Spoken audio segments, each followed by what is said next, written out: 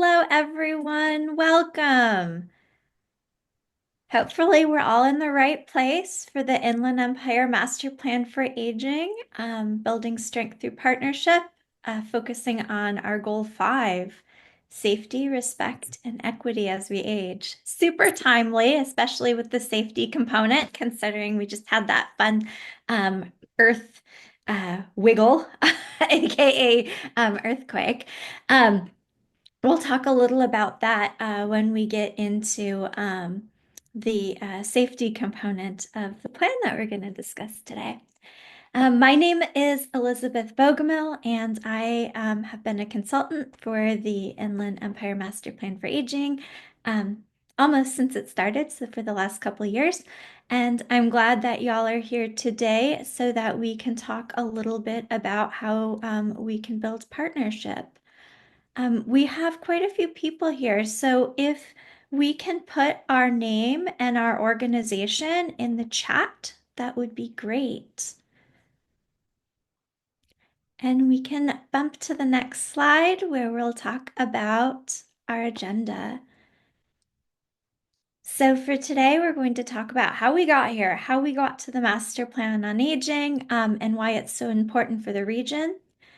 We'll discuss the timeline, our framework for implementation. What that means is just the ways that we kind of envision implementing Goal 5. And we'll have a discussion about opportunities for partnership and implementation, and I'll provide some examples of how we're already building these partnerships out and doing activities of partnership with community organizations and government and nonprofits and businesses too. And then we'll talk about next steps. So if this interests you in becoming a partner, if it seems like it's in alignment with the goals of your work and activities and organization, then next steps we'll discuss how we can continue on this relationship. So we can go to the next slide where we're going to discuss the California Master Plan for Aging. So, the Inland Empire Master Plan for Aging is rooted in the California Master Plan for Aging. Um, in a couple of years ago, the governor created a executive order at the state level saying in California, we needed to create a master plan for those who are aging. And a committee and a commission of people got together and they created these 5 goals. So at the state level, the goals are housing for all ages and stages, health reimagined, inclusion and equity, not isolation, caregiving that works, and affording aging.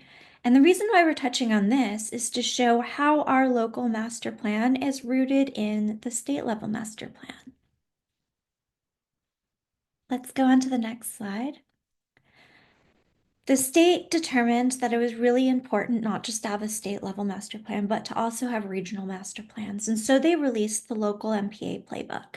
And this playbook provided guidance for cities and counties and regional coalitions like ours from Riverside and San Bernardino counties on how we could gather together and create our own plans for our own communities based on the needs that were specific to our regions. So what is a master plan for aging broadly? So a master plan for aging is a multi-sector approach to transforming our human service systems to meet our needs as we age. And what's really important here is this multi-sector approach. That means that we are building partnerships to include government, private companies and organizations, and also to include the nonprofit sector. And so it doesn't just include partnerships in that way, but it also includes multi-sector, meaning that we're reaching across from housing to transportation to behavioral health to integrate these systems and what's already going on with them together to meet the needs and make the community better for those who are aging and disabled. So we're working across sectors and then also building partnerships across sectors. Now, generally, broadly, for a master plan for aging, it can include many different elements. It can include housing, discussions about long-term care and services and supports, sometimes called LTSS. It can include discussions on caregiving and transportation, community safety and livability, which we'll talk a little about today, legal services, healthcare, and financial security. So these are some elements that can be included in a master plan. We'll talk a little bit about the specifics that are included in our master plan, our 5 goals. But why is a master plan so important for the Inland Empire, specifically Riverside and San Bernardino? So by 2060, the population of Riverside and San Bernardino counties, the Inland Empire, of those 65 and older is going to increase 682%. It's the largest increase across the state, and it's really important to be prepared and ready so that we can support those community members who are aging in the region. To do that, we started the Inland Coalition on Aging. The Inland Coalition on Aging actually existed since 2008. It was previously called the IE-LTSS Coalition, or the Inland Empire Long-Term Services and Supports Coalition. But we decided to change the name so that we could better communicate what our goals were with the coalition. The missions maintained the same mission, though, is to improve and integrate care and service delivery of long-term services and supports in the Inland Empire. The vision, too, has remained the same, no matter what name that we're using.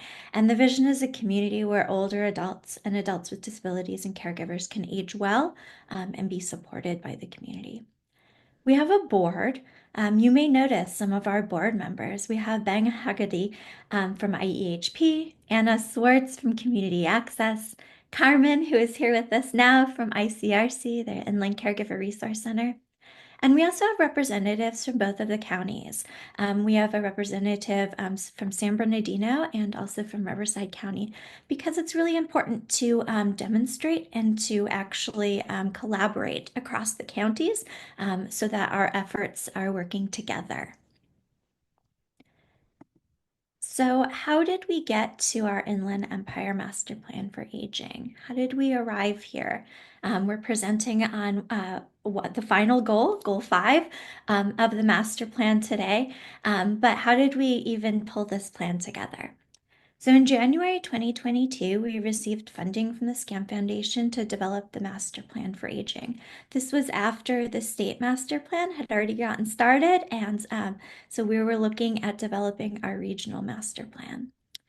We received a grant from the California Department of Aging also to develop the IE-MPA implementation plan in 2023. So 2022, that grant that we got from SCAM Foundation helped with the needs assessment. And in 2023, the grant that we got from the California Department of Aging helped with the actual plan, the implementation plan that we're going to be discussing today, specifically Goal 5. In September 2023, we released the recommendations report, or the needs assessment. And then in 2024, so this last September or January, we began developing the implementation plan through the work of through working groups. We had 4 working groups, but notice we have 5 goals because today we're talking about the 5th goal. And so that's really important, and we'll discuss it going forward in a little bit. And in September 2024, we released the implementation plan draft framework. This implementation draft framework was the draft of the master plan for aging. We had a large event, and maybe some of y'all were there, where we released it and kind of talked about the 5 goals for our region. To develop this master plan, though, we drawed upon the experiences of an advisory committee. The advisory committee consisted of members from Riverside and San Bernardino. They helped guide this needs assessment, and they also helped guide the working groups. Some of them were community members who were just really actively involved. Some of them were stakeholders and worked with the government, and also some of them worked with nonprofits and businesses. You may recognize some of these names, hopefully you do, and they're going to continue, hopefully, to become involved in the implementation process as well.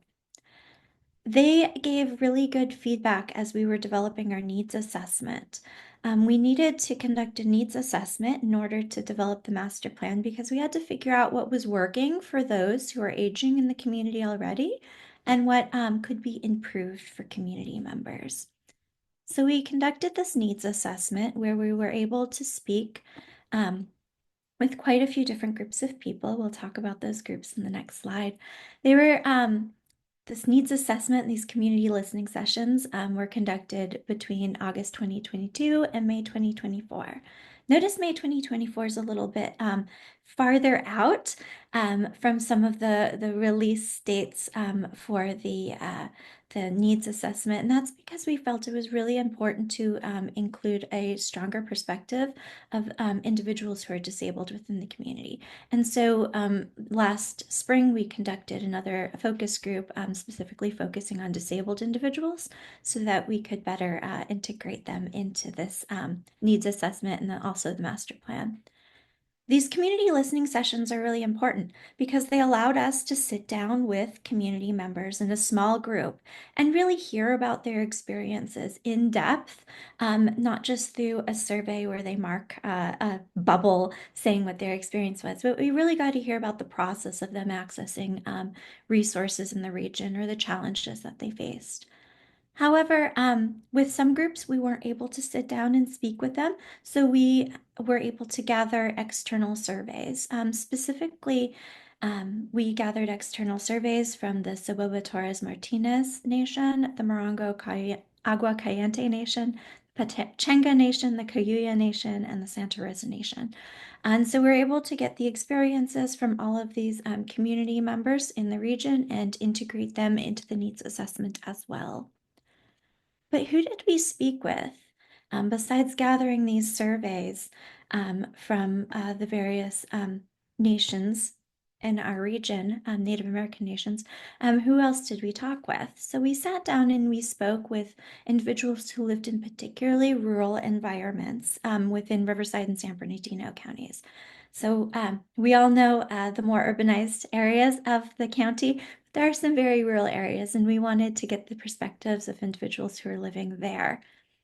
We also spoke with low-income individuals and LGBTQIA individuals, caregivers, and we were able to speak with a group in both Spanish and another group in English. We spoke with African American individuals and Hispanic and Latinx individuals, and veterans and unhoused individuals, and then also, like I previously noted, adults with disabilities. So we're able to speak and learn about the experiences of a vast swath of the population who is aging and disabled within Riverside and San Bernardino. And we found some interesting themes. So we talked to them about transportation and housing and healthcare, behavioral health and social support, Alzheimer's and other dementias, and caregiving.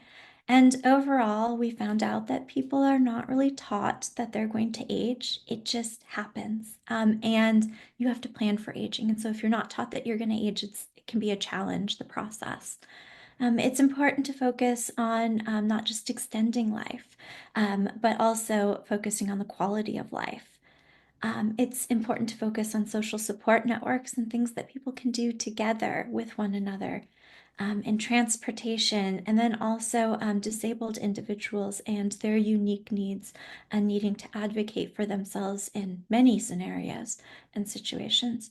But if you notice, the topic that we're discussing today, safety, respect, and equity, was not a topic that we explicitly discussed. However, it was a topic that wove itself through all of these themes and came out very, very strong. And that's one of the reasons that we decided to create this fifth goal for the Master Plan for Aging: safety, respect, and equity. We brought these findings to our working groups. We have some of those working group members here today from behavioral health and a few of the other working groups, caregiving, Alzheimer's disease, and other dementias.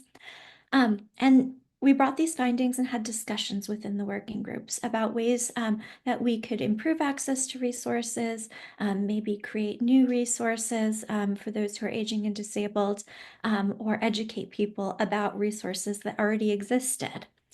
But if you notice here, like I said, safety, respect, and equity was not initially part of the working groups that we created. However, the discussion was so important across each of these individual working groups that we created this fifth goal. This is also important to note because we don't necessarily have a chair or a combination of chairs, co-chairs, to spearhead this working group.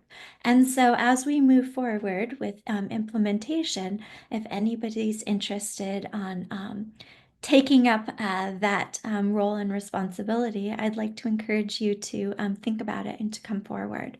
And we'd have the opportunity to work together, and that would be great. And so we had these working groups, and we discussed how we were going to narrow these goals, this needs assessment finding and the existing findings from the community stakeholders, how we're going to narrow them into goals within our region. And we settled upon 5 goals. They typically aligned with the working groups that we had. So we have housing as home and healthcare, transportation for all ages, abilities, and regions, a focus on caregiving, Alzheimer's disease, and dementias, aging and disability friendly behavioral health and social support, and then finally, what we're going to be discussing today, safety, respect, and equity as we age. And so, where are we now? So in January 2025, we released the draft implementation plan. So these actual goals, we released it to the community for comment. And right now, we are building partnerships for implementation. And we've had a couple different presentations focusing on the other goals for the needs assessment or for the master plan. And we've been bringing in partners. We have quite a few people who have already signed up.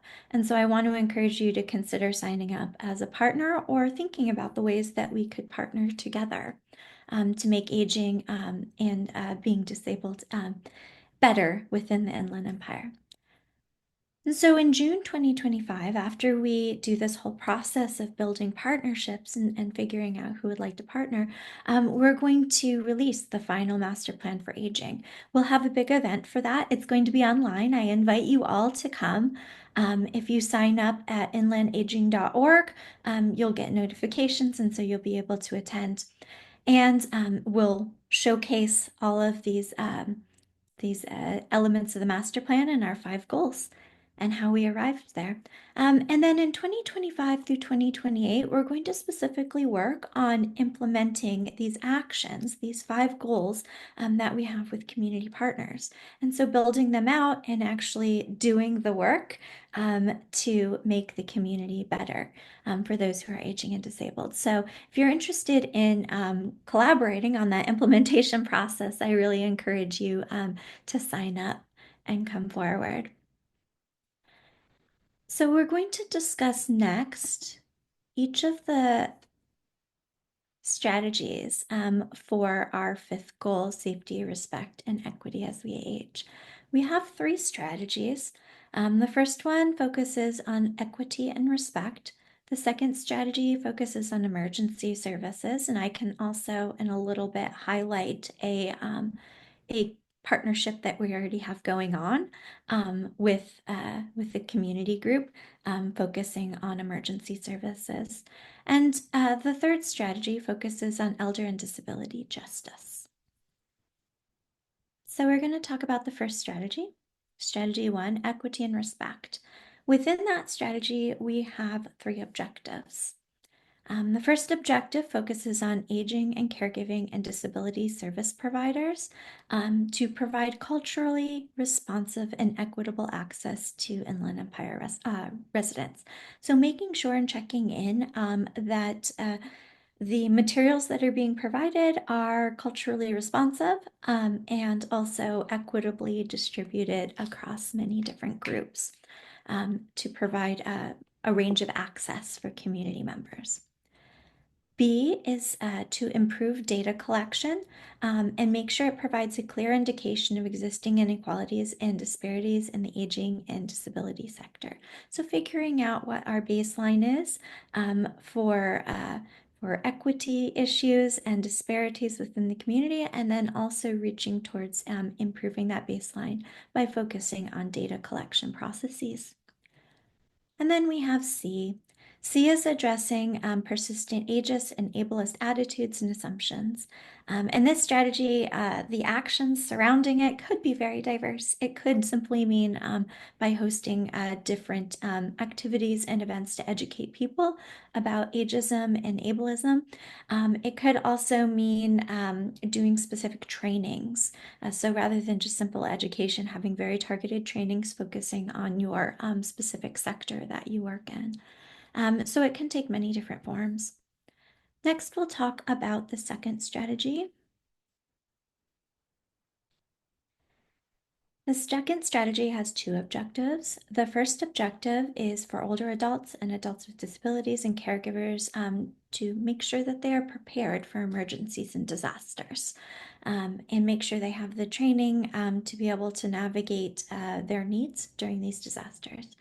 And then B is to make sure that emergency services include older adults and adults with disabilities and caregivers in emergency response planning and recovery. And this is particularly important. We think about the fires in LA, but Riverside and San Bernardino have quite a lot of fires all the time. They have flooding. There are also emergencies surrounding heat and making sure people are adequately cooled. And so Riverside and San Bernardino face a lot of emergencies where this sort of preparedness is really important. And next we have the last strategy, which is focusing on elder and disability justice.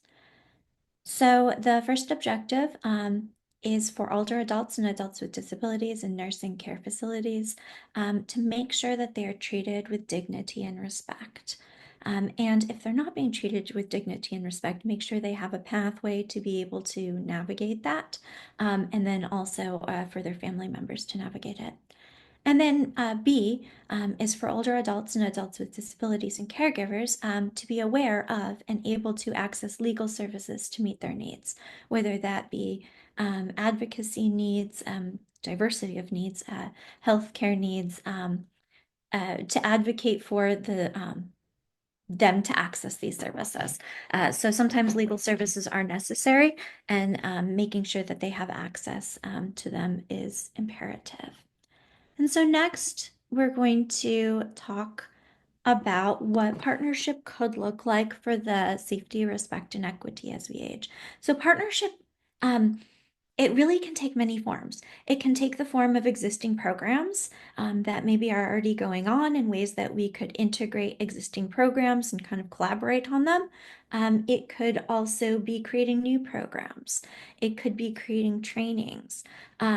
So some examples of ways that we could partnership, it's not exhaustive, but it's a good list, is to compile best practices to provide culturally responsive and equitable access to resources. So just simply doing an assessment of what best practices look like and maybe releasing a tutorial on that for organizations in Riverside and San Bernardino to use. It could look like accessing data collection processes and figuring out if they're adequate for collecting information on race, ethnicity, sexual identity, and figuring out where gaps in services are for various groups. It could look like developing public-facing aging well data dashboards. Some communities have something like this throughout California and in different states. So maybe we create one within our region or across the two counties. It could look like hosting a reframing aging training or an ableism training at your organization. Or it could look like facilitating one of these trainings too, if that's your strong point. Partnership can look like creating or hosting emergency preparedness trainings with an aging or disability focus for your particular agency if you focus on emergency preparedness, or it could be within the community if you work with a community center or a senior center hosting these trainings there. It can look like advocating for protections for older adults and those with disabilities and attending the California Elder and Disability Justice Coordinating Council meetings and just dropping in and making sure our region is represented there and advocated for in that environment. It can also look like educating and empowering older adults and those with disabilities on their rights and resources, or presenting on what the legal resources are. This is especially the case with those with disabilities who, in their needs assessment, oftentimes reported that they felt like they had to be an encyclopedia or a reference book of all of their regulatory. Uh, um, Needs surrounding their disability to make sure that they could advocate for themselves. So making sure the community remains educated on what those resources are and what actually the rights are of an individual who is disabled and aging too. It can look like participating in improvement to services and navigation. And it can also look like applying for funding to promote safety equity activities within the community. So oftentimes when one is applying for funding, if you apply with the support of a coalition, it shows that you have a lot of community support and organizational support, and it can actually make your application more enticing to fund. And especially now that things are there's less money going around, it's important to make sure that our applications for funding are definitely funded. And so anything to do to bolster your application can be useful. So these are possible ways that we could partner together. We can support and help with the funding applications and support these other processes as well. Um, and let's talk a little about what partnerships we already have going on. Maybe that can give you some ideas of what types of partnerships your organization may be able to have with the Inland Coalition on Aging and the Master Plan for Aging. So, some existing partnerships that are already happening, specifically to safety, respect, and equity, our fifth goal, is we're Rolling Start, which is an organization that supports disabled individuals, was already doing safety presentations in the community. And we partnered with them to apply for funding to better expand their efforts and to distribute emergency supply bags to be able to support community members. So with this funding, they were able to do additional community trainings. Um, some other examples for safety, respect, and equity are we're currently partnering with Justice and Aging and CCLTSS, so the California Coalition for Long-Term Services and Supports, and finding individuals to share their stories about Medicaid and Medicare cuts and how they are impacted by them. And ICA and ICRC is coordinating and sharing those stories and connecting them with media so that they can do press conferences. And then Inland Coalition on Aging is also encouraging people to contact their representatives to advocate for the Older Americans Act as well. We also have partnerships that are active with some of our other goals. So for example, for goal 3, caregiving, Alzheimer's disease, and other dementias, ICRC, Inland Caregiver Resource Center, is conducting trainings for Riverside IHSS providers and is also going to be doing trainings in San Bernardino County through the collaboration with the public authorities. So trainings are already happening for goal 3, caregiving, Alzheimer's disease, and other dementias. And additionally, ICA is going to be presenting at the San Bernardino IHSS Training Summit. So that's another example of partnership too.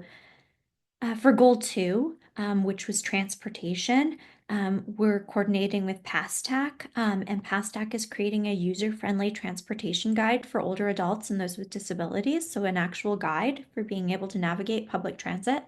And this is being done in response to and in collaboration with the Goal on Transportation. So we've talked with them quite a bit and PASTAC and communicated the need for this sort of guide, and it's being created, which is very cool.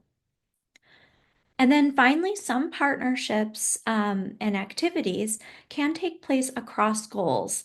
So maybe it's we focus on safety, respect, and equity, but it could also translate into transportation, or it could also work with housing access or caregiving resources. And so some of these actions and activities and partnerships can transcend across multiple goals.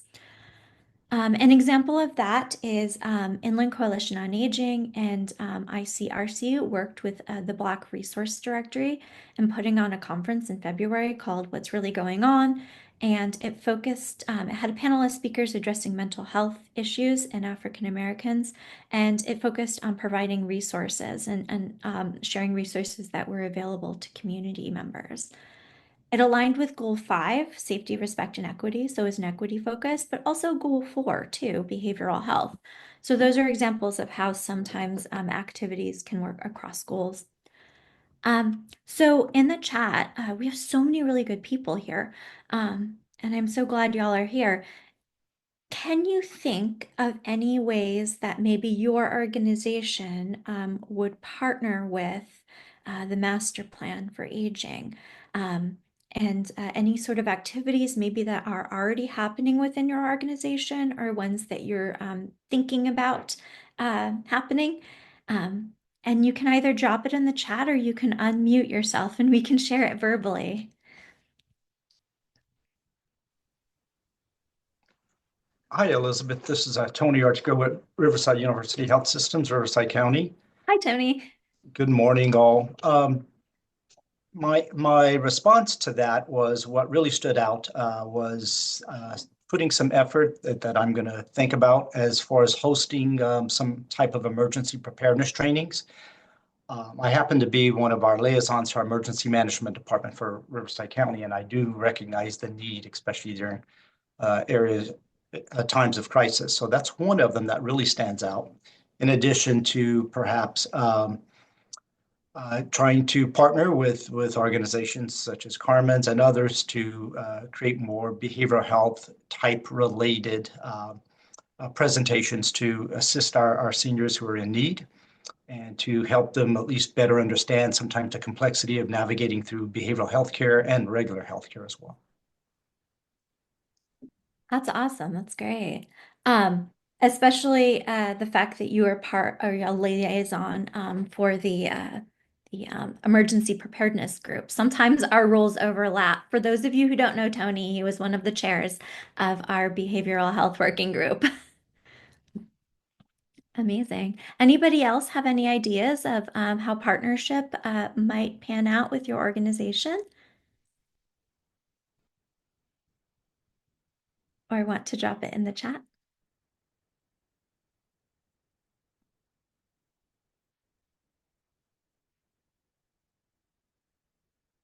Well, hopefully we can brainstorm some ways. I am going to drop a link in the chat for y'all.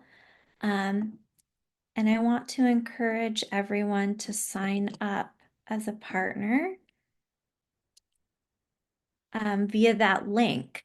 And for example, like Tony said, he's working on a lot of behavioral health focus, but also his focus can align with safety, respect, and equity. So if you have multiple goals for which your organization can align with, I encourage you to sign up with more than one goal. That way you can make sure that you're participating in those implementation groups. And so we'll go on to the next slide where I'll talk a little about next steps for partnership and what that can look like. So I dropped the link in the chat, and that's the place where you can sign up as a partner. If you sign up now as a partner, you'll be able to be on the email list so that we can coordinate these implementation groups. We can make sure that you're looped in. And if you have a project that is starting sooner than August that you really want to integrate with the master plan for aging, feel free to reach out to us at info@inlandaging.org, and we can begin meeting and talking about that. I think probably the implementation groups will start meeting in August, And so we'll gather together the groups and start meeting and discussing what our projects and processes for implementation can look like. Another way that you can become a partner is by joining the Inland Coalition on Aging. To do that, go to inlandaging.org and sign up as a coalition member and attend the meetings. We have monthly meetings and they're really useful, and you get to connect with a lot of people who are doing similar work across Riverside and San Bernardino. Commit to helping with the IE-MPA implementation. The best way to commit to helping, though, is to sign up as a partner, because that's the group that we're going to be drawing upon for our implementation processes. If you need a potential follow-up meeting, we're happy to meet with you or your organization and talk maybe more specific and targeted about what partnership could look like, or maybe some of the activities that your organization is doing. So if you would like that sort of meeting, you can email info@inlandaging.org as well and set that up. And we're happy to meet with you and talk a little more specifics about your organization and partnership. You can also connect us to other potential partners. Maybe the partnership doesn't work for your organization, but it works for another organization that you thought of.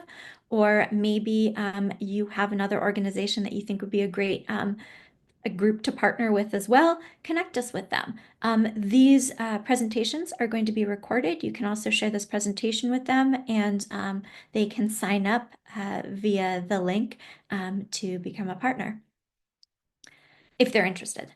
Um, you can, let's see, attend the IE-MPA launch event, which is very exciting. It's going to be in June. It's going to be online, so accessible on the Zoom. And so hopefully we'll see all of y'all there.